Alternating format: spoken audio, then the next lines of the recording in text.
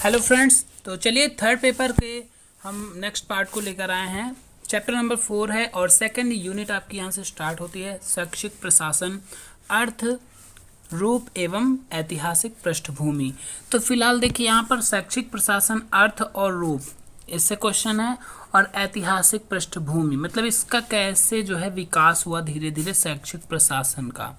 तो पहले इसके अर्थ के मतलब इसका मतलब समझ लीजिए, इसका अर्थ होता क्या है, अर्थ और इसका क्या स्वरूप है ना। तो शैक्षिक प्रशासन का अगर हम वास्तविक अर्थ निकालें है ना, तो क्या है, ये एक शिक्षा प्रक्रिया को सुचारू रूप से मतलब अच्छी तरीके से चलाने वाली एक ऐसी व्यवस्था होती है। ठीक है, मतलब शिक्षा प्रक्रिया को एक चलाने वाली बहुत अच्छी ऐसी व्यवस्था होती है जिसमें क्या होता है, जो काम करने वाले व्यक्ति होते हैं चाहे वो प्रत्यक्ष हो या अप्रत्यक्ष, मतलब आपके सामने हो या फिर किसी सिस्टम में बंधे हों लेकिन आपके सामने ना हो, तो उनके विचारों और प्रयासों में जो सामंजस्य या संबंध स्थापित किया जाता है ना, दोनों में आपस में तालमेल बिठाना है ना, और ये सब जो शिक्षा संबंधी अन्य साधन हैं इनका उपयोग करना है ना, और छात्रों में मानवीय गुणों का विकास प्रभावशाली ढंग से करना, तो ये सब होता है शैक्षिक प्रशासन। तो क्लियर हो गया होगा ना शैक्षिक प्रशासन। इससे एक माइंड में कंसेप्ट हो जाता है भाई, इससे कई लोग मतलब ऊपर से नीचे तक पूरा सिस्टम होता है शैक्षिक प्रशासन का, है ना, जिसमें छात्र, शिक्षक, प्रधानाचार्य, पूरा विद्यालय का सिस्टम और जो ऊपर के अधिकारी लोग होते हैं, मतलब सब में तालमेल बिठाना, और इसका जो लक्ष्य होता है वो क्या है, मानवीय गुणों का विकास करना, है ना। तो क्लियर हो गया है। फिलहाल अगर चैनल को सब्सक्राइब नहीं किया, नए हैं तो सब्सक्राइब करके बेल आइकन को प्रेस कर लें, और कोई भी पीडीएफ आपको चाहिए तो आप टेलीग्राम ज्वाइन कर सकते हैं, और हमें फिलहाल जल्द ही आपको मैं एक नंबर प्रोवाइड करने वाला हूँ। ठीक है, उस पर आप मुझे व्हाट्सएप या मतलब जिनको दिक्कत आ रही है तो कुछ भी मैसेज कर सकते हैं, वहाँ से आपकी समस्या का समाधान मैं कर दूंगा। चलिए आगे बढ़ेंगे। सबसे पहले क्वेश्चन पर यहाँ पर है ना, फिलहाल हमने जो फर्स्ट वीडियो है उसमें 3 टॉपिक शुरुआत के डिस्कस कर लिए हैं, और कैसा लग रहा होगा, मतलब उससे अभी नहीं देखा है अगर तो जाकर उसे देख लीजिए, है ना, और आपको लास्ट पे स्क्रीन पर भी दिखेगा उसका वीडियो, है ना, तो उसको देख लीजिए। और प्लेलिस्ट सबसे अच्छा एग्जाम्पल है, आप जाइए प्लेलिस्ट खोलिए और प्लेलिस्ट में सारे वीडियो डिस्क्रिप्टिव भी पड़े हैं, ऑब्जेक्टिव भी पड़े हैं, है ना। तो डिस्क्रिप्टिव हमने पहले बता दिया था कि पूरे नहीं हो पाए थे, अब ऑब्जेक्टिव अगर पूरे हो रहे हैं फिर आपको जैसा कि कमेंट कुछ लोगों का है कि टॉप 100 क्वेश्चन करवाइए हर पेपर से, तो चलिए वो भी कोशिश रहेगी। चलिए फिलहाल हम यहाँ पर अपना टॉपिक शुरू करते हैं। वर्ष 1935 तक के काल को शैक्षिक प्रशासन का कौन सा युग कहा जाता है? मध्य युग, आधुनिक युग, प्राचीन युग या मध्य एवं आधुनिक युग? तो देखिए शैक्षिक प्रशासन यहाँ 1900 से 35 तक के काल की बात हो रही है, तो शैक्षिक प्रशासन की दृष्टि देखें तो ये प्राचीन युग था। ठीक, क्योंकि इस समय शैक्षिक प्रशासन मतलब एक प्राचीन रूप में था और कहीं ना कहीं धीरे धीरे वो स्टार्ट हो ही रहा था। ठीक, तो इसलिए इसको प्राचीन युग कहा जाता है। और इस टॉपिक में मैंने देखा है फिलहाल क्वेश्चन बहुत सारे हैं, लेकिन यहाँ पर बहुत सारे कथन और परिभाषाओं के रूप में क्वेश्चन बनाए गए हैं, जो कि काफ़ी मतलब आपको ये टॉपिक लेंदी लग सकता है। फिलहाल चलिए जो जहाँ पर समझाने वाला कॉन्सेप्ट वाला बात होगा, सबसे पहले शैक्षिक प्रशासन का अर्थ माइंड में आपके हमने डाल दिया है ना, तो उससे जुड़े कहीं से भी क्वेश्चन बनाए जा सकते हैं। अब इसकी ऐतिहासिक पृष्ठभूमि से देखें तो कैसे कैसे ये अपने प्राचीन काल से आधुनिक काल तक बढ़ी, वो 2 टॉपिक यहाँ पर मतलब 2 पॉइंट हैं इस चैप्टर में, और लंबा चैप्टर है, काफ़ी ज़्यादा क्वेश्चन है इसमें अन्य चैप्टर की अपेक्षा, है ना। तो चलिए फिलहाल अब आगे तेजी के साथ क्वेश्चन की सीरीज को स्टार्ट करते हैं। किस विचारक का मत है कि शैक्षिक प्रशासन वस्तुओं के साथ साथ मानवीय साधनों की व्यवस्था से संबंधित है, अर्थात यह व्यक्तियों द्वारा मिलजुल कर अच्छा कार्य करने से संबंधित है? तो S.N. मुखर्जी का ये कथन है। क्या कथन है कि शैक्षिक प्रशासन, अब थोड़ा परिभाषाओं के माध्यम से थोड़ा सा कंसेप्ट इसका समझते रहिए, वस्तुओं के साथ साथ मानवीय साधनों की व्यवस्था से संबंधित है। वस्तुएं मतलब देखिए आपने शिक्षा के क्षेत्र में देखा होगा, स्कूलों में टेबल, चेयर, बच्चों को ड्रेस, ये सब वस्तुओं में ही तो आता है। तो ये सब चीज़ें प्रोवाइड करने के साथ साथ मानवीय साधनों की व्यवस्था से भी ये संबंधित है, अर्थात यह व्यक्ति द्वारा मिलजुल कर अच्छा कार्य करने से संबंधित है। किसका है? एस.एन. मुखर्जी। ये आपको इसका थोड़ा सा कंसेप्ट क्लियर रखना है, ठीक है। अगले क्वेश्चन पर बढ़ेंगे। अब यहाँ पर इतनी सारी परिभाषाएं दी गई हैं, इसमें हमने देखी हैं, है ना, तो आप कंफ्यूज हो सकते हैं। फिलहाल इसके कंसेप्ट को समझते रहिएगा आप लोग। नेक्स्ट है शैक्षिक प्रशासन में अनेक को एक में बांधने की क्षमता होती है। शैक्षिक प्रशासन परस्पर विरोधी तथा सामाजिक शक्तियों को एक संगठन में इस प्रकार समायोजित करता है कि वे सभी मिलकर एक इकाई के समान कार्य करते हैं। तो मतलब वो पूरा सिस्टम जो होता है ऊपर से लेकर नीचे तक एक मतलब एक माला की तरह गुथ कर काम करें, है ना, ये मेन भाव है इसका। तो यहाँ पर क्या होगा? करेक्ट ऑप्शन ब्रुक एडम्स, ए नंबर ऑप्शन। किस विद्वान ने प्रशासन की प्रक्रिया को संगठन की अन्य प्रक्रिया से पृथक किया है? जो प्रशासन की प्रक्रिया है वो संगठन की प्रक्रिया से अलग किसने किया है? तो किसने? फेयोल ने किया है। फेयोल के विश्लेषण को किस विद्वान ने अनुसरण किया है? मतलब इनका जो विश्लेषण है ये, इसको किस विद्वान ने उसको अनुसरण किया है, मतलब उसकी देखा देखी कैसे कुछ धारणाएं रखी हैं। तो तथा प्रबंध कार्यों को पोस्टकॉर्ब अक्षरों द्वारा परिभाषित किया है। तो ये कौन है? गुलिक जी हैं यहाँ पर। अगला क्वेश्चन है मैक्स वेबर किस देश के समाजशास्त्री? ये काफ़ी फेमस समाजशास्त्री थे मैक्स वेबर। तो किस देश के ये थे? ये थे आपके जर्मनी के, ठीक है। किसके थे? जर्मनी के। अगले क्वेश्चन पर बढ़ेंगे। निम्न में से किस समाजशास्त्री, अब देखिए यहाँ समाजशास्त्री आ गए हैं, पोस्टकॉर्ब अक्षरों का प्रतिपादन किया। तो पोस्टकॉर्ब अक्षरों का प्रतिपादन किसने किया? गुलिक ने किया। फिलहाल इस टॉपिक में मतलब ये जो क्वेश्चन दिए गए ये इतना इम्पोर्टेंट नहीं है, ठीक। फेयोल के अनुसार शैक्षिक प्रशासन के कितने तत्व हैं? अब फेयोल के अनुसार शैक्षिक प्रशासन के जो तत्व पूछे गए हैं, है ना, वो कौन से, मतलब कितने हैं? तो कितने हैं? 5 तत्व हैं। अब अगला क्वेश्चन देखिए, इसी से रिलेटेड दोनों क्वेश्चन बनाए गए हैं 9 और 10, ठीक। तो अगर देखिए फेयोल का शैक्षिक प्रशासन के तत्व आपको पता है तो इन दोनों क्वेश्चन में, तीनों क्वेश्चन में कोई दिक्कत है ही नहीं। तो एक चीज से कई सारे क्वेश्चन बनाए जा सकते हैं। मैंने पहले भी डिस्क्रिप्टिव में एक्सप्लेन किया है किस किस तरह को घुमा घुमा के क्वेश्चन पूछा, हाँ या नहीं या उपयुक्त सभी, इस रूप में कैसे क्वेश्चन पूछे जाते हैं, सत्य असत्य ऐसे पूछे जा सकते हैं।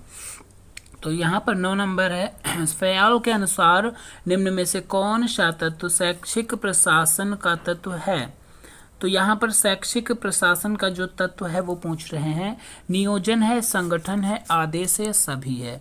तो यहाँ पर ये सभी आते हैं, ठीक। नियोजन और संगठन, आदेश, 3 ये हो गए आपके। और नीचे देखिए आगे यही क्वेश्चन क्या दिया गया है, फेयोल के अनुसार निम्न में से कौन शैक्षिक प्रशासन का तत्व नहीं है?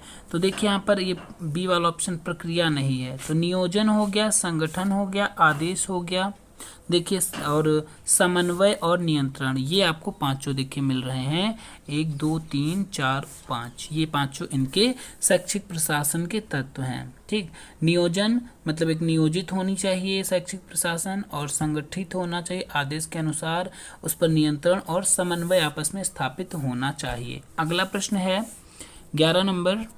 गुलिक के अनुसार निम्न में से कौन पोस्ट कोर्ब अक्षरों में शामिल है? पोस्ट कोर्ब अक्षरों में कौन शामिल है? यहाँ पर नियोजन, संगठन और निर्देशन, ये सभी इसमें शामिल हैं। किन राव ने 1935 से 1950 तक के काल को कहा है? इन्होंने क्या कहा है? कौन सा? प्रगति काल, आर्थिक काल, संक्रमण काल या अवनति का काल? तो इसको इन्होंने संक्रमण का काल कहा है।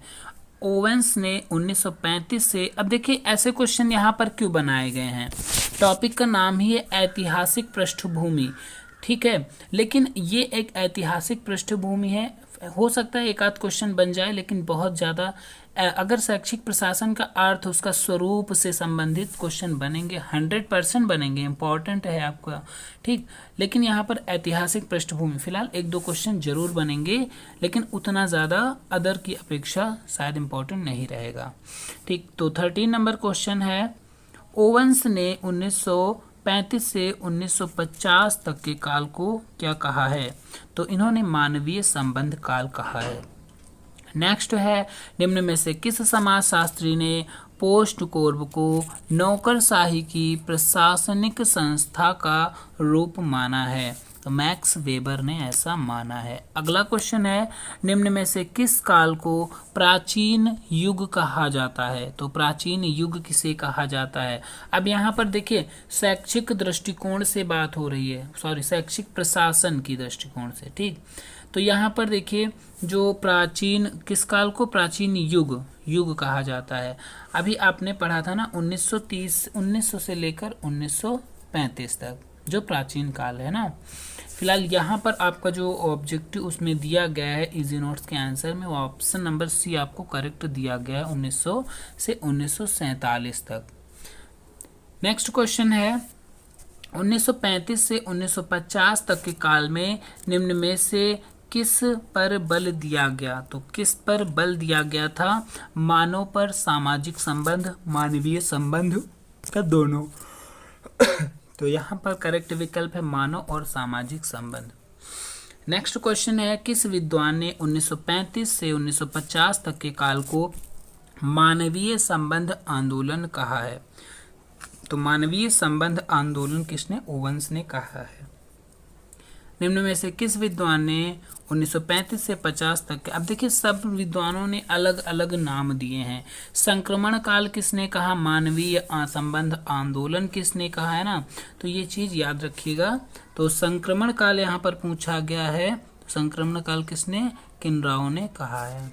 अगला क्वेश्चन है, 1935 से 50 के काल में फॉलेट ने किस सिद्धांत का प्रतिपादन किया है? तो फॉलेट ने किस सिद्धांत का प्रतिपादन किया है? समाश्रितता का सिद्धांत, समाश्रित का सिद्धांत। नेक्स्ट है, फॉलेट के विचारों का केंद्र क्या है? जो फॉलेट के विचार हैं किस पर केंद्रित हैं? समन्वित संबंधों के निर्माण में, अनुरक्षण या शिक्षा का विकास। तो ये सी दोनों यहाँ पर है। समन्वित संबंध मतलब सामंजस्य स्थापित होना संबंधों में, और शिक्षा का विकास। नेक्स्ट क्वेश्चन है 21 नंबर, किसका कथन है कि प्रोत्साहन व्यक्ति को संस्था की दक्षतापूर्ण क्रियाशीलता में योगदान देने के लिए योगदान देने के लिए तैयार रहते हैं? किसका कथन है कि प्रोत्साहन व्यक्ति को संस्था की दक्षतापूर्ण क्रियाशीलता में योगदान देने के लिए तैयार रहते हैं? जो प्रोत्साहन है ना, तो ये किसके अकॉर्डिंग, मतलब यहाँ पर किसके द्वारा ये कथन है, किसका कथन है पूछा गया है? तो बनार्ड का ये कथन है, ठीक। तो यहाँ पर फिलहाल कथन बहुत ज़्यादा आपको कंफ्यूज करेंगे, है ना, तो जो कंसेप्ट है उसको क्लियर करते रहिए। और कथन आपने पहले से तैयार कर रखे हैं तो अच्छी बात है, और अगर आपके पास टाइम जितना ज़्यादा भाई प्रैक्टिस करेंगे, है ना, उतना ही अच्छा होगा आपके लिए। नेक्स्ट क्वेश्चन पर बढ़ेंगे, क्योंकि कथन याद करने से बाद में काफ़ी मिक्स हो जाते हैं आपस में, ठीक। तो फिलहाल याद रखिए तो अच्छी ही बात है। 22 नंबर है, कर्मचारियों की किन आवश्यकताओं की पूर्ति मानव संबंध के निर्माण एवं अनुरक्षण में प्रमुख भूमिका निभाती है? तो ये कर्मचारियों की किन आवश्यकताओं की जो पूर्ति होती है मानव संबंध के निर्माण एवं अनुरक्षण में, है ना, प्रमुख भूमिका कौन निभाती है? मनोवैज्ञानिक। नेक्स्ट है, क्रमिक आवश्यकता का सिद्धांत किसके द्वारा प्रतिपादित किया? क्रमिक आवश्यकता सिद्धांत ये अब्राहम मैस्लो के द्वारा प्रतिपादित किया गया है, ठीक है। तो अब्राहम मैस्लो ने जो इनके क्रमिक आवश्यकता का जो सिद्धांत है, इन्होंने अपना ऐसे जो है एक ट्रायंगल दिया है ना, मतलब पिरामिड जिसे बोलते हैं। अब्राहम मैस्लो की जो आवश्यकता का क्रमिक है ना, ये सबसे नीचे जो आवश्यकताएं होती हैं बेसिक नीड्स होती हैं, है ना, 3, और ये टोटल कितनी होती हैं? 5 होती हैं। इनको एक्सप्लेन करेंगे तो काफ़ी टाइम निकल जाएगा, फिलहाल आपने ये पढ़ा होगा। चलिए आगे बढ़ेंगे। 24 नंबर क्वेश्चन है, 1935 से 1950 तक का काल शिक्षा प्रशासन की विचारधारा किस सिद्धांत से बहुत अधिक प्रभावित थी? तो क्रमिक आवश्यकता के सिद्धांत, जो कि अब्राहम मैस्लो का ही था, इससे काफ़ी ज़्यादा प्रभावित थी। चलिए अगले क्वेश्चन पर बढ़ेंगे। 25 नंबर क्वेश्चन है, 1935 से 50 तक के काल में निम्न में से किस पर बल दिया गया जो प्रशासन का दूसरा महत्वपूर्ण पहलू है? तो किसका? सत्ता का संप्रत्यय विनिश्चयकरण। नेक्स्ट है निम्न में से किसमें शैक्षिक प्रशासन में पारंपरिक शैक्षिक प्रशासन का वातावरण नहीं है। पारंपरिक शैक्षिक प्रशासन का वातावरण नहीं है, वो बताना है। तो यहाँ पर एक तंत्र, राजतंत्र, लोकतंत्र या उपर्युक्त सभी। कह रहा है शैक्षिक प्रशासन में, अब यहाँ शैक्षिक प्रशासन के दृष्टिकोण से आपको क्वेश्चन समझना है। शैक्षिक प्रशासन में पारंपरिक शैक्षिक प्रशासन का वातावरण नहीं, जो परंपरा से चला आ रहा है। ये देखिए यहाँ पर लोकतंत्र का नहीं था, ठीक, ये दोनों थे, लेकिन ये जो शैक्षिक प्रशासन का लोकतंत्र का मतलब ये पारंपरिक तरीका नहीं चलता आ रहा था, ये तो बाद में धीरे धीरे पारंपरिक मतलब जो पहले से ही चला आ रहा हो। तो एक तंत्र और राजतंत्र पहले से ही चला आ रहा है शैक्षिक प्रशासन में, लेकिन ये बाद में डेवलप हुआ, ठीक। तो चलिए अगले क्वेश्चन पर बढ़ते हैं। निम्न में से किस विचारक ने शैक्षिक प्रशासन के 5 तत्व बताए हैं। तो शैक्षिक प्रशासन के 5 तत्व किसने बताए हैं। ऊपर हमने 5 तत्वों को अभी बताया था, फेयोल ने 5 तत्व बताए हैं। इंपॉर्टेंट है क्वेश्चन ये, ठीक है। फेयोल के 5 तत्व आपको याद कर लेने हैं। नेक्स्ट क्वेश्चन है 28 नंबर। आवेंस ने निम्न में से किस काल को मानवीय संबंध आंदोलन कहा है। तो मानवीय संबंध आंदोलन किसे कहा है, ये देखिए 1935 से 50 रिपीट हो रहे हैं क्वेश्चन है ना। चलिए तेजी के साथ बढ़ते हैं। फॉलेट ने, देखिए ये भी क्वेश्चन ऊपर दिया गया था है ना, समाश्रिता सिद्धांत का प्रतिपादन किया था। मतलब किसके किसके बीच में पूछा गया है ना, तो किसके किसके बीच में 35 से 50 को समाश्रिता का सिद्धांत का प्रतिपादन फॉलेट महोदय ने किया था। 5 तत्व इनके याद रखने हैं। चलिए 30 नंबर है। निम्न में से किस काल को ओब्स ने संस्थागत व्यवहार युग के नाम से पुकारा है। ओब्स ने संस्थागत व्यवहार युग के नाम से, तो 1950 से 75 के काल को पुकारा है। चलिए अगला क्वेश्चन है 31 नंबर क्वेश्चन। किस विद्वान ने कहा है कि संस्थागत व्यवहार संगठन एवं उससे कार्य करने वालों के बीच क्रिया प्रतिक्रिया का परिणाम है। तो किसने कहा है, यहाँ पर फिलहाल ये ऑप्शन यहाँ पर दिया गया है, ऑप्शन नंबर डी, उपयुक्त में से कोई नहीं, ठीक है। तो इसका आंसर आप लोग सर्च करेंगे और कमेंट बॉक्स में लिखेंगे। नेक्स्ट क्वेश्चन है 32 नंबर। 1950 से 1975 तक के काल में किस उपागम पर बल दिया गया है। किस उपागम पर जो है बल दिया गया है। विश्लेषणात्मक उपागम पर बल दिया गया था, ठीक, प्रशासनिक और वैज्ञानिक नहीं। नेक्स्ट है 33। किस विद्वान का मत है कि प्रशासन का मुख्य कार्य संगठन को सुचारू रूप से चलाना होता है। तो किसका कथन था ये, यहाँ पर वर्गीस का भी था, नहीं वर्गीस का नहीं, चेस्टर बर्नार्ड का था और हर्बर्ट साइमन दोनों का था। तो बी और सी दोनों सही रहेंगे। नेक्स्ट है 34 है। समाज विज्ञान आंदोलन के प्रवर्तकों की मान्यता थी कि प्रशासनिक दक्षता के लिए प्रशासक या मैनेजर को किस विषय का ज्ञान अवश्य होना चाहिए। जो प्रशासक या मैनेजर होता है ना, किसके लिए, समाज विज्ञान आंदोलन के प्रवर्तकों की ये मान्यता थी कि जो प्रशासनिक दक्षता के लिए प्रशासक जो होते हैं उनको किस विषय का ज्ञान होना आवश्यक होता है ना। तो यहाँ पर दर्शन शास्त्र या फिर समाज विज्ञान या फिर लोक प्रशासन या फिर गणित। तो यहाँ पर देखिए प्रशासनिक दक्षता के लिए वैसे होना चाहिए लोक प्रशासन है ना, लेकिन यहाँ पर ऑप्शन आपका जो दिया गया ऑप्शन है ना वो बी दिया गया है, समाज विज्ञान। फिलहाल कहीं ना कहीं ये दोनों सही माने जाएंगे। चलिए आगे क्वेश्चन बढ़ेंगे।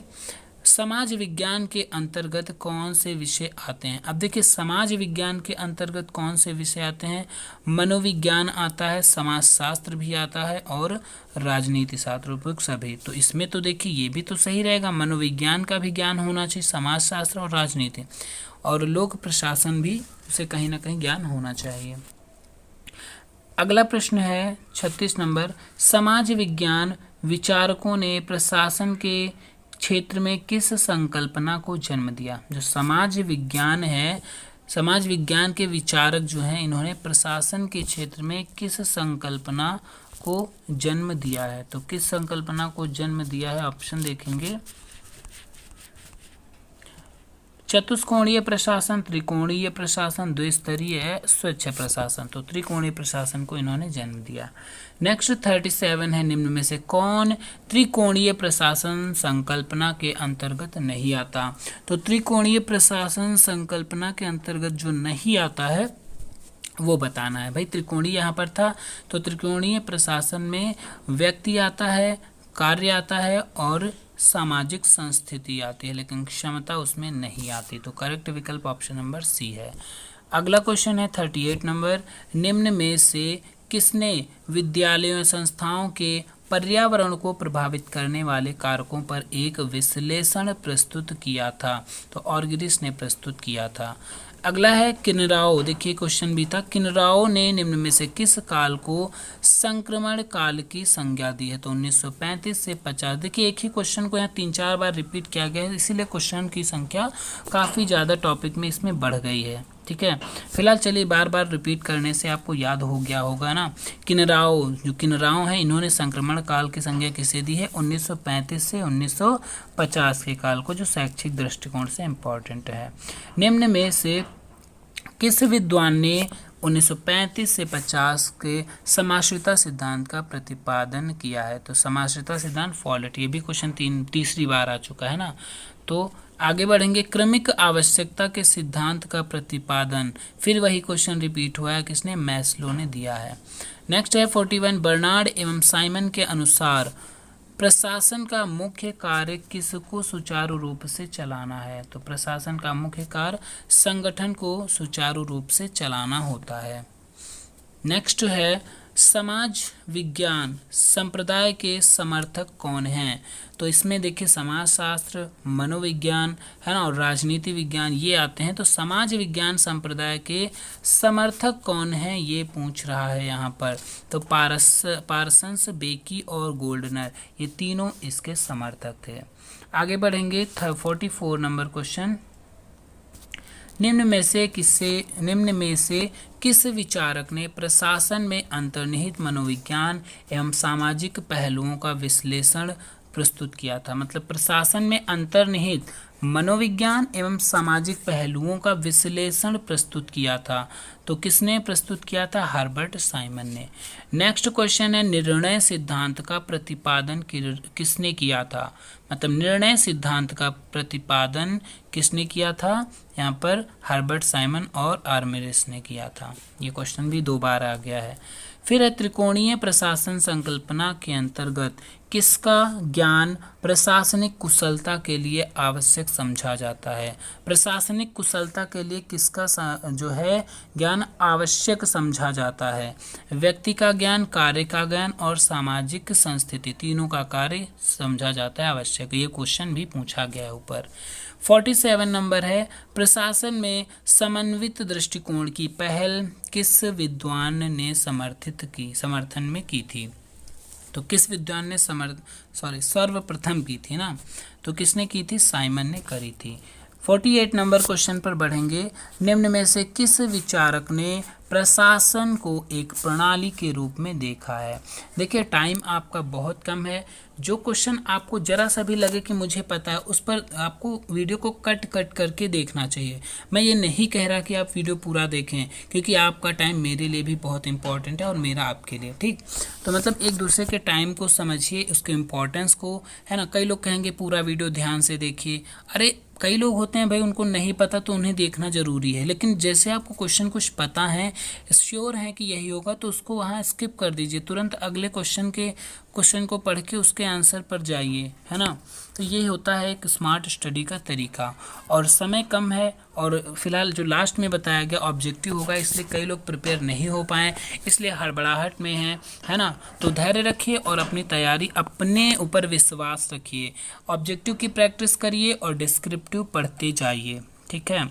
तो अगले क्वेश्चन पर बढ़ेंगे इसी के साथ, निम्न में से किस विचारक ने प्रशासन को एक प्रणाली के रूप में देखा है। प्रशासन को एक सिस्टम के रूप में किसने देखा है? साइमन ने देखा है। प्रशासन प्रणाली को प्रभावित करने वाले, प्रशासन प्रणाली जो है इसको प्रभावित कौन कौन सी चीज़ें करती हैं, इसके कारक कौन कौन से हैं जो इसको प्रभावित करते हैं? तो संप्रेषण का प्रवाह भी प्रभावित करता है, व्यवहार भी और पर्यावरण, ये सब चीज़ें इसको प्रभावित करती हैं। तो ऑप्शन नंबर डी यहाँ पर करेक्ट बनेगा। नेक्स्ट क्वेश्चन है 50 नंबर, निम्न में से किस विद्वान ने सूक्ष्म या समाज शास्त्रीय विधि का प्रशासन में प्रयोग किया? सूक्ष्म या समाज शास्त्रीय विधि का प्रशासन में किसने? टॉमसन ने प्रयोग किया है। चलिए अगले क्वेश्चन पर बढ़ेंगे। 51 नंबर है, वर्तमान समय में टॉमसन ने सूक्ष्म या समाजशास्त्रीय विधि का प्रशासन में कब प्रयोग किया था? तो सूक्ष्म और समाजशास्त्रीय विधि का प्रयोग कब किया था ना? तो 1967 में प्रयोग किया था। शिक्षा प्रशासन में निम्न में से किस पक्ष पर विशेष बल दिया जाता है? तो यहाँ पर किस पक्ष पर विशेष बल दिया जाता है? बात हो रही है भौतिक संसाधनों का समुचित संगठन। भाई शिक्षा अगर प्रशासन अच्छे से करना है तो भौतिक संसाधन तो बहुत ज़रूरी होते हैं उपलब्ध कराने। मानवीय संसाधनों का प्रभावी ढंग से संगठन भी होना चाहिए और आर्थिक संसाधनों का या ये प्रभावी संगठन। तो आर्थिक संसाधन फिलहाल भौतिक और मानवीय ये ज़्यादा इम्पोर्टेंट है। अब भौतिक प्रोवाइड करना मतलब आर्थिक चीज़ उसी में तो जुड़ जाएगी ना, तो फिलहाल जो केवल आर्थिक है यहाँ पर नहीं होगा। ए और बी ऑप्शन करेक्ट बनेगा, डी नंबर ऑप्शन करेक्ट है। नेक्स्ट है, किस विद्वान का मत है कि प्रशासनिक तकनीकों में आवश्यक प्रशिक्षण के बाद जन्मजात गुणों वाले प्रशासक और भी अधिक सफल प्रशासक बन सकते हैं? तो देखिए यहाँ पर विद्वानों का मानना होता है ना, कई सारे विद्वान, देखिए मान लीजिए जैसे आप शिक्षा जगत से जुड़े हैं, है ना, तो इसमें क्या होता है बचपन से कुछ ना कुछ ऐसे जन्मजात गुण होते हैं लोगों में जो उसे अगर वो उसी क्षेत्र में काम करता है तो उसे जो है बहुत ज़्यादा सफल होता है वो, है ना। जैसे किसी में डॉक्टर बनने के गुण होते हैं, किसी में शिक्षक। और एक बात मैं कहना चाहूँगा, आप एक शिक्षक बनने की राह पर हैं तो हमेशा शिक्षक बनने के लिए सबसे इम्पॉर्टेंट है मोरलिटी होना, ठीक। क्योंकि अगर आपके अंदर मोरलिटी है तो आप सही और गलत को बच्चे को सिखा पाएंगे और बच्चा आपसे ही सीखता है, जो देखेगा वही सीखेगा। तो एक शिक्षक वो अच्छा शिक्षक बन सकता है जिसके भाई जन्मजात गुण उसके अंदर क्या हैं, उसको ईमानदार होना चाहिए, ठीक है, वो ईमानदार है ना, और उसके अंदर मोरलिटी नैतिकता बहुत अधिक है, झूठ ना बोलना, तो ये कहीं ना कहीं एक शिक्षक में गुण होने चाहिए, है ना। वो बात अलग है कि लोग गलत फ़ायदा उठा लें, है ना, तो ये सब चीज़ें चले छोड़ते हैं, है ना। इतना बस टारगेट था मेरा कि शिक्षक अगर आप बनने जा रहे हैं तो आप एक समाज के निर्माण में अपनी भूमिका अदा करने जा रहे हैं, तो इसलिए ये सब चीज़ें एक शिक्षक में होना बहुत बहुत बहुत ज़रूरी होता है। और अगर ये चीज़ें एक शिक्षक में नहीं है तो मेरी दृष्टि से वो एक अच्छा शिक्षक कभी बन ही नहीं सकता। तो चलिए फ़िलहाल अपने टॉपिक पर आते हैं, है ना।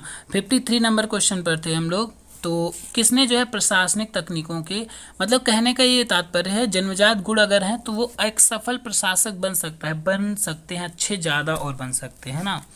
तो किनका मानना, स्टोकडिल और मायर्स का ये मानना था। चलिए आगे बढ़ेंगे 54 नंबर क्वेश्चन पर।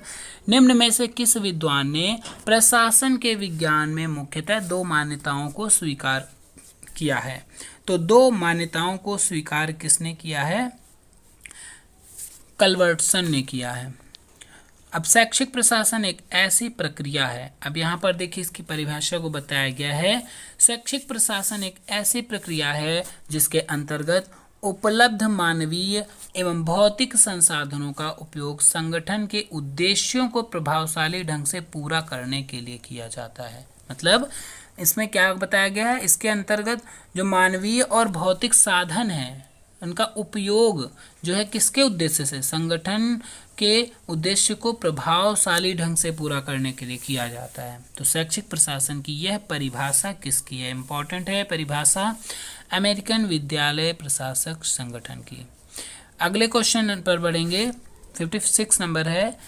किसका मत है कि शैक्षिक प्रशासन का उद्देश्य योग्य विद्यार्थियों को योग्य शिक्षकों से उचित शिक्षा ग्रहण करने हेतु इस प्रकार सक्षम बनाना है जिसमें से अल्प साधनों के अंतर्गत प्रशिक्षित होकर अधिक से अधिक लाभ प्राप्त कर सके। तो इससे किसका है? ग्राहम बेल 4 का है। नेक्स्ट, शैक्षिक प्रशासन का अर्थ है छात्रों के विकास। अब ये लंबी लंबी परिभाषाएं हैं ना, काफ़ी डिस्टर्ब करती होंगी। फिलहाल ये इतनी जल्दी किसी को याद नहीं होती हैं, है ना। और मुझे भी, मैं ये कहूँगा, मुझे भी याद नहीं है कि ठीक, मैं झूठ नहीं बोलूँगा। ठीक, जो चीज़ मुझे पता है उसे मैं अच्छे से एक्सप्लेन कर रहा हूँ, जो नहीं पता मैं उसमें एक्स्ट्रा कोई बोलने की ज़रूरत नहीं समझता, है ना। तो चलिए फिलहाल जितना हो सकता है वह हेल्प कर रहा हूँ ना, और बाकी आपकी मर्ज़ी, आप जो है पसंद करते हैं नहीं करते हैं। अगर करते हैं तो जितने लोग वो लाइक करते हैं बहुत अच्छी बात है, लाइक करते हैं, मुझे पता चलता है कितने लोग इसे पसंद कर रहे हैं। जो नहीं करते हैं कोई बात नहीं, है ना। तो शैक्षिक प्रशासन का अर्थ क्या है? छात्रों के विकास को निर्धारित उद्देश्यों की दिशा में प्रवाहित करना। क्या है इसका जो अर्थ? छात्रों के विकास को एक निश्चित निर्धारित दिशा में प्रवाहित करना और इस दृष्टि से शिक्षकों का साधन के रूप में प्रयोग करना तथा इस प्रक्रिया का संचालन ऐसे जन समुदाय के संदर्भ में करना हो जो शिक्षा के उद्देश्य एवं उनकी प्राप्ति के साधनों दोनों से संबंधित हो, है ना। तो ये काफ़ी लंबी है, यहाँ पर ओमार्ट पाल की परिभाषा है। अगला प्रश्न है, एक प्रशासक की कुशलता इस बात से निर्धारित की जाती है कि वह कामगारों से अधिक काम लेकर अधिक से अधिक उत्पादन से दे सके। प्रशासक की कुशलता किस पर है, किस पर निर्धारित होता है? ये कि कामगारों से अधिक काम लेकर अधिक से अधिक उत्पादन दे सके। और इस दिशा में सोचने वाले लेखक कौन थे? पहले लेखक कौन थे इस दिशा में? फ्रेडरिक टेलर थे।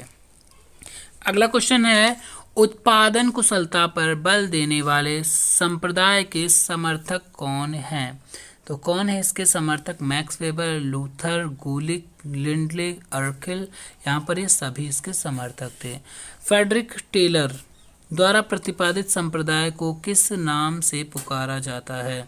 तो किस नाम से? वैज्ञानिक व्यवस्था के नाम से पुकारा जाता है। देखिए, ऐसे बड़े बड़े क्वेश्चन देखकर घबराइए नहीं, ठीक। पेपर जो होगा आपका, इतने सारे क्वेश्चन ऐसे नहीं लंदी आएंगे, ठीक। आप अगर कॉन्सेप्ट क्लियर है आपके माइंड में, हर जैसे सिलेबस में जो शब्द होते हैं, जैसे शैक्षिक प्रशासन, सबसे पहले शैक्षिक प्रशासन आया, तो शैक्षिक नेतृत्व, शैक्षिक, है ना, एजुकेशनल मैनेजमेंट, तो नेतृत्व हो चुका है ना। अब आप प्रशासन पढ़ रहे हैं तो इसका कंसेप्ट आपके माइंड में क्लियर होना चाहिए। जैसे हमने आपको एग्जाम्पल दिया शुरू में ही, सबसे पहले बता दिया शैक्षिक प्रशासन का अर्थ, है ना। बाकी अब ऐतिहासिक पृष्ठभूमि में थोड़ा बहुत तो याद करना पड़ेगा, और माइंड में कंसेप्ट क्लियर है तो जो तार्किक रूप से क्वेश्चन जो पूछे जाएंगे उनको आपको करने में कोई प्रॉब्लम नहीं आएगी। और मुझे उम्मीद है अगर 100 क्वेश्चन आते हैं, आपको फ़िलहाल 75 करने हैं। इसके ऊपर मैं आपको एक वीडियो जल्द ही प्रोवाइड करने वाला हूं, ठीक है। तो ये जो 75 क्वेश्चन करने पड़ेंगे आपको, ये मैंने बता दिया कैसे करने। फिलहाल कई लोग कंफ्यूज रहते हैं कितने करें कितने ना। इसके ऊपर मैं एक वीडियो बनाऊंगा बोर्ड पर, ठीक है, अच्छे से समझा कर। अगर आपको वो चाहिए जितना जल्दी, कितनी जल्दी, तो हमें कमेंट बॉक्स में लिख सकते हैं किस तरीके से आपको OMR शीट मिलती है ना, कैसे उसको फिल करनी होती है। फिलहाल कई लोग जानते हैं, लेकिन कई लोग ऐसे होते हैं जो पहली बार वो OMR शीट पर पेपर देने जा रहे होंगे, मुझे ऐसा विश्वास है ना। फिलहाल अगर आपने ग्रेजुएशन में दे रखा है तो कोई बात ही नहीं ऐसी बताने की, लेकिन 75 क्वेश्चन का जो आंकड़ा है, 100 में से क्या आपको, देखिए 50 क्वेश्चन क्या आपको क्लियर नहीं होंगे? अगर 50 क्लियर हैं, बाकी बचे 50, उनमें से अगर आपको, आप तुक्का भी लगाते हैं ना, ठीक, सारे नहीं करने, अब इसमें से तो 25 करने हैं, 25 में अगर आप तुक्का लगा के भी आते हैं, फिर भी आपके 6, 7, 8 क्वेश्चन तो सही हो ही जाएंगे। तो सोचिए, आपको 80 मार्क्स में से, फिलहाल अब ये 75 करने के लिए इन्होंने कहा है, 80 मार्क्स में कैसे ये मार्क्स देंगे ये तो बाद में ही क्लियर होगा। अभी आप अपनी मेहनत पर लगिए। चलिए आगे बढ़ते हैं इसी के साथ, है ना। 60 नंबर क्वेश्चन पर बढ़ेंगे। 60 हो गया है, 61 नंबर है। उत्पादन कुशलता पर बल देने वाले संप्रत्यय के कितने सिद्धांत? जो उत्पादन कुशलता पर बल देने वाले संप्रदाय के सिद्धांतों की बात हो रही है, तो 6 सिद्धांत हैं उनके। नेक्स्ट है, निम्न में से किस प्रक्रिया के अंतर्गत प्रक्रिया के प्रत्येक अंग का विस्तृत तथा सतत मूल्यांकन होते रहना आवश्यक है। विस्तृत और सतत मूल्यांकन किस होते रहना किसका आवश्यक है? वैज्ञानिक व्यवस्था, सामाजिक व्यवस्था, प्रशासनिक व्यवस्था या फिर नौकरशाही व्यवस्था। तो किस प्रक्रिया के अंतर्गत बात हो रही? तो वैज्ञानिक व्यवस्था के अंतर्गत जो है सतत मूल्यांकन होते रहना आवश्यक है। 63 है, किस विचारक ने उत्पादन कुशलता पर बल देने वाले संप्रदाय के 6 प्रमुख सिद्धांत प्रतिपादित किए हैं? तो उत्पादन कुशलता पर विद्वान मतलब 6 जो है सिद्धांत किसने प्रतिपादित किए हैं? फ्रेडरिक टेलर ने। अगला क्वेश्चन है, उत्पादन कुशलता पर बल देने वाले संप्रदाय में कौन से सिद्धांत हैं? तो 6 सिद्धांतों की बात की गई है ना, तो कौन कौन से यहाँ पर अब देखिए क्वेश्चन बनाया गया कौन से सिद्धांत हैं। तो फिलहाल यहाँ पर उपयुक्त सभी ही होगा, क्योंकि आंशिक वृत्ति, व्यवस्था नियंत्रण सिद्धांत, व्यावहारिक व्यवस्था सिद्धांत, ये आपको पता होने चाहिए। क्वेश्चन नंबर 65 है, टेलर द्वारा प्रतिपादित उत्पादन कुशलता पर बल देने वाला कौन सा सिद्धांत नहीं है? तो अब इसमें देखिए नहीं पूछ लिया गया, तो सिद्धांत हैं, विशेषता हैं, गुण हैं, है ना, ये सब क्या है? इनमें नहीं वाले ऑप्शन आप क्वेश्चन जरूर बनाए जाएंगे। तो इसलिए इसमें आपको डिस्क्रिप्टिव पढ़ने के अलावा कोई चारा नहीं बनता है। डिस्क्रिप्टिव में जब एक जगह सारे सिद्धांत लिखे होंगे तो जब आप उनको मतलब अच्छे से याद कर लेंगे तो ऑप्शन में कैसे भी क्वेश्चन आए घुमा फिरा के आप कर लेंगे। तो यहाँ पर निर्णय सिद्धांत होगा, ठीक है, निर्णय सिद्धांत जो नहीं है। बाकी समय के अध्ययन का सिद्धांत है, व्यावहारिक सिद्धांत है, व्यवस्था नियंत्रण सिद्धांत है। नेक्स्ट क्वेश्चन है 66, निम्न में से किस विद्वान का मत है कि प्रत्येक कामगार स्वभाव से आलसी होता है? तो देखिए कितना अच्छा मत इनका है। प्रत्येक कामगार जो होता है काम करने वाला, स्वभाव से वो कैसा होता है? आलसी होता है। फ्रेडरिक टेलर ने ऐसा कहा है। तो किस विचारक ने प्रशासनिक प्रक्रिया के अंतर्गत 7 सिद्धांतों का प्रतिपादन किया है? तो किसने किया है? लूथर गुलिक ने 7 जो है सिद्धांतों का प्रतिपादन किया है। नेक्स्ट क्वेश्चन है 68, हेनरी फ्योल ने कुशल प्रशासक के कितने सिद्धांत दिए हैं? जो कुशल प्रशासक होता है उसके 14 सिद्धांत दिए हैं। प्रशासनिक प्रक्रिया सिद्धांत का जन्मदाता कौन है? तो जो ऐसे क्वेश्चन बन सकते हैं कि जन्मदाता कौन है ना, तो ऐसे जन्मदाता वाले क्वेश्चन आपको जरूर ध्यान रखने हैं। प्रशासनिक प्रक्रिया सिद्धांत का जन्मदाता कौन है? हेनरी फ्योल, टेलर या गुलिक या ए और सी दोनों? तो यहाँ दोनों है, डी वाला।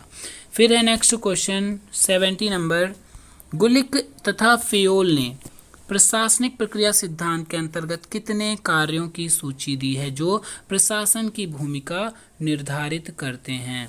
तो कौन है, कितने हैं? वो 5 हैं, ठीक है। कह रहा है गुलिक और फ्योल ने प्रशासनिक सिद्धांत के अंतर्गत कितने कार्यों की सूची, 5 कार्यों की सूची दी है। तो यहाँ पर हमारा टॉपिक नंबर 4 शैक्षिक प्रशासन, काफ़ी लंबा टॉपिक था, 70 क्वेश्चन थे ना, तो डिस्कस करने में थोड़ा सा टाइम ज़्यादा लगा, है ना। तो इसको हम अगला जो हमारा टॉपिक है नंबर 5 उसको हम नेक्स्ट वीडियो में लेकर मिलेंगे, है ना। फिलहाल अगर आपको पसंद आया हो वीडियो तो लाइक कर दीजिए, शेयर कर दीजिए, चैनल को सब्सक्राइब नहीं किया तो सब्सक्राइब कर लीजिए और बेल आइकन को भी प्रेस कर लीजिए। और सीटेट के लिए जो मैंने बताया, सीटेट, यूपीटेट, इसकी कोई भी पीडीएफ आपको चाहिए, फिलहाल अभी नहीं, जैसे आपके पेपर होते हैं मैं आपको पीडीएफ प्रोवाइड कराना स्टार्ट कर दूँगा। जो आपको पहले चाहिए वो हमें आप कमेंट करके लिख सकते हैं। धन्यवाद।